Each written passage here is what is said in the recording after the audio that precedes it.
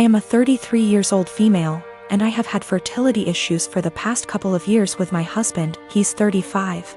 We went through with consultations, and while we had very promising results for treatment, the cost did give us pause. It wasn't that we couldn't afford it, we just weren't at the point yet where we were willing to pay. I discussed it with my husband and we were both fine with the idea of adopting. My cousin Tiffany, woman 25 years old, is adopted and she supported our choice in looking into it. However, this was a couple of years back, and during that time Tiffany was reunited with her birth parents, and she's been acting pretty hurtful to my aunt and uncle since then. She keeps making posts about how happy she is to know where she comes from and is happy about being reunited with her real family. She even talked about having her birth father walk her down the aisle as a chance to make up for lost time. Obviously, my uncle was very hurt about this, but when he voiced it, Tiffany got defensive. She called my uncle selfish, how this was about her, and that he knew what he signed up for when raising someone else's kid. Before the pandemic, Tiffany moved closer to where her bio mother lived so they could make up for lost time. And Tiffany kept making post after post about all the fun she was having meeting relatives, and how she called / video chatted with each of her bio parents multiple times a week. Meanwhile, she barely texted back my uncle and aunt once a month. I could tell how heartbroken my aunt and uncle were, but tried to give Tiffany her space, and the few times they said anything she accused them of being selfish and unsupportive. I think the biggest thing that broke them was when Tiffany promised to come by for my aunt's birthday and was even given the money to travel to them, but then never showed up. She called literally the day before to say that her bio mom had an emergency so she wasn't going to make it, but didn't give back the money. I am completely disgusted by Tiffany's behavior, and while I haven't completely ruled out adoption entirely, I did want to give medical-assisted conception a try. My husband supported this, and we are now currently expecting. After we made our announcement, Tiffany messaged me asking why I would spend thousands on creating a child when I could help one who already existed. I tried to play it off, but Tiffany kept pressing and calling me a bad person when there are so many children who desperately need a home, and overpopulation. It got to the point where she was pissing me off, and I just came clean and said that her behavior towards the people who loved and raised her was the reason. Tiffany got really upset, but I didn't care. However, her parents are now starting to say that I was wrong. Background: my grandparents have always been a big part of my life, as have the rest of my family. They had 5 children, including my father, and 13 grandchildren, 6 great-grandchildren. My grandparents are quite rich. They had 3 businesses until last year when my grandfather died. I am the child of my grandchildren and have always been very close to them. My grandma used to babysit me until I could go to kindergarten. I wrap Christmas presents for her every year. I decorate their house, and I worked at their bar on Fridays in college, no pay, as they are too old to do these things themselves. All this was offered to my cousins, but they never helped. My grandparents ran a show horse farm for over 40 years. It was what my father took with him and I quickly began to love. I used to go every weekend with my grandma up until high school when I started studying. Even though I don't ride horses anymore, my dad and I go to clean the stalls and look after the horses every week when my grandparents are away on trips, usually once every 2 months. My grandparents were a huge part of my life. Problem: my grandmother died 4 weeks ago. It was devastating. My grandmother left my aunts, uncles, and dad about $85,000 each, money for which she and my grandfather worked very, very hard. It was expected. What was not expected was that they would leave me just over $45,000 along with some other valuables. I was honestly shocked. All my cousins received about $2,000 each and a few trinkets. Obviously, you can see where it was going. My aunts and uncles were at the reading when I was told, so they told their children. Everyone except the parents is furious. My cousins, who are already adults, demand that I divide them equally. I don't feel like I should.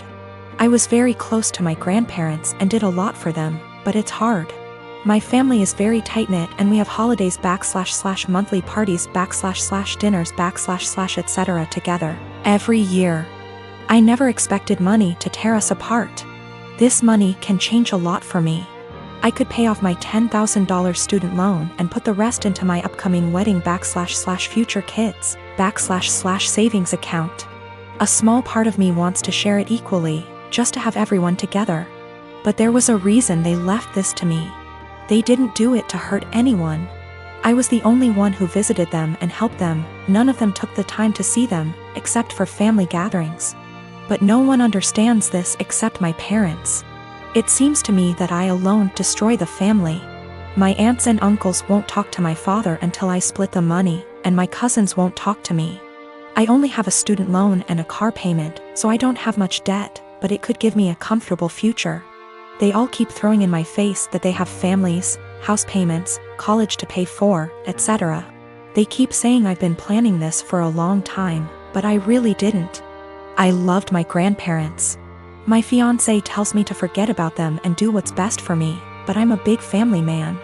I don't want to split the money, that could really help me, but I feel like they can play with me, forcing me to choose between them and this. My parents also want me to keep the money for myself, as they think my family members are being ridiculous and demanding it. Is it right for me to keep that much? I feel like I deserve it. Is it right for me to put this money on my family? Or are the people I've been so close to all my life taking advantage of me? $45,000 versus $2,000 is a huge difference. P.S. There is more in the will than I explained. Houses, classic cars, horses, farm, land, CDs, etc. The cash / checking accounts I was given is the only thing that seems to be a problem for everyone. I have inherited more money than my cousins. They demand that I divide it equally between them or never speak to them again. My husband, Jonah, passed away unexpectedly a month ago from a stroke. I don't want to get specific about that part, it's the worst pain I've ever felt in my entire life. And I'm still not sure how I'm ever going to move on. We were married for 5 years, together for 7. The past 2 years we've been trying for a baby, but we're just getting to the point of considering IVF when he died. Jonah had a close friend in high school named Marjorie. Marjorie also ended up going to the same university as he did, and they spent a lot of time together during those college years. Jonah said that he liked Marjorie's company, but never felt anything beyond friendship with her, which I totally believe. Jonah dated other women during that period, but told me that several times Marjorie hinted that she wanted him to ask her out. She also joked about wanting him to be her plan B in case she didn't meet someone and get married by 30. By the time I'd started dating Jonah, he had moved a couple hours away from his hometown, and Marjorie. Despite this, Marjorie immediately began finding excuses to come to our town and hang out, which usually involved her encouraging us to go drinking, and then her passing out on the couch at Jonah's apartment. I didn't mind her for the most part, but she had a habit of saying things like, "You know you ruined our marriage pact," and pointing out all the things that she knew about him, like what he took in his coffee, his favorite bands, etc. Over the course of our relationship, and especially after we got married, Jonah definitely put some distance into his relationship with Marjorie. He confided in me that he felt he had outgrown her and that they really had little in common anymore. He stopped responding to her invitations to hang out as often, though he would occasionally call to catch up out of guilt, especially when she would text him or leave messages saying she was so sad he was ignoring her, and the like. But now he's gone. I had him cremated, like he wanted. We haven't done the memorial service yet. It was too hard for me to even imagine the first couple of weeks. And I also wanted to give time for some out-of-state people to make travel plans. The memorial is this weekend. However, 2 weeks ago, I received an email from Marjorie sent to around 60 people, including Jonah's family, saying that she was holding a memorial service for Jonah in the town where they grew up, the day before his memorial here. I was completely blown away, seeing as she hadn't mentioned anything to me or even attempted to call. Along with the details, the email said that she was planning the memorial in light of the fact that no other service had yet been held in his memory, and he deserved to be laid to rest with honor. For the record, she was invited to the memorial, which I've been planning, and knew it was happening. I called her, of course, and told her that while I appreciated her willingness to help with Jonah's goodbye, I was already planning a service for him that would involve all of his family and friends. She immediately went on the defensive, and said that she had only started to plan a service when she realized I wasn't willing to do it in a timely manner. I told her that the timing wasn't her choice to make, but that if she wanted to have a memorial of some kind, to please just add on the invitation that his official memorial was going to be held this weekend. She said fine. I sent a message to all of Jonah's invited friends and family to make sure that they knew the real service, with both of our families was going to be here, and then just washed my hands of the whole thing. This week I received a message on Facebook from Jonah's cousin, saying that Marjorie, who has apparently blocked me on Facebook, created an event for Jonah's official memorial service, her memorial, and invited everyone she possibly could. I've been getting blown up with emails asking which day the memorial is, and where. I'm honestly furious. I don't have the emotional energy to deal with this. I ended up putting a post up on my wall, reiterating the date of his service here, and asking people to please share it. Thankfully, I think the older members of the family don't use Facebook or email very often, so most of them haven't been confused, but a lot of people now think that Marjorie's service is the real one. I called Marjorie again, asking her to add an addendum to her event saying that his actual memorial was going to be here. She told me that Jonah would have wanted it this way, and that if I couldn't appreciate her efforts, I wasn't invited to say goodbye to Jonah. I told her that was fine, seeing as I'd already said goodbye to Jonah when I held him as he died. She hung up. Apparently she's now spreading information to her mutual friends with Jonah, saying that he was planning on leaving me because I wasn't able to conceive. She also said that we had approached her to carry a baby for us, all absolute lies. His cousin sent me a screenshot of a text where she said that Jonah always thought we would have the cutest baby together, and that angry widow doesn't understand how much he wants children. I'm at a loss as to what to do. I don't care what she says about me, but she's now tarnishing my husband's memory, especially saying that he wanted to divorce. Jonah would never have left me, and anyone that knows him at all knows that we were committed to each other above all else. I need to figure out how to tell this woman to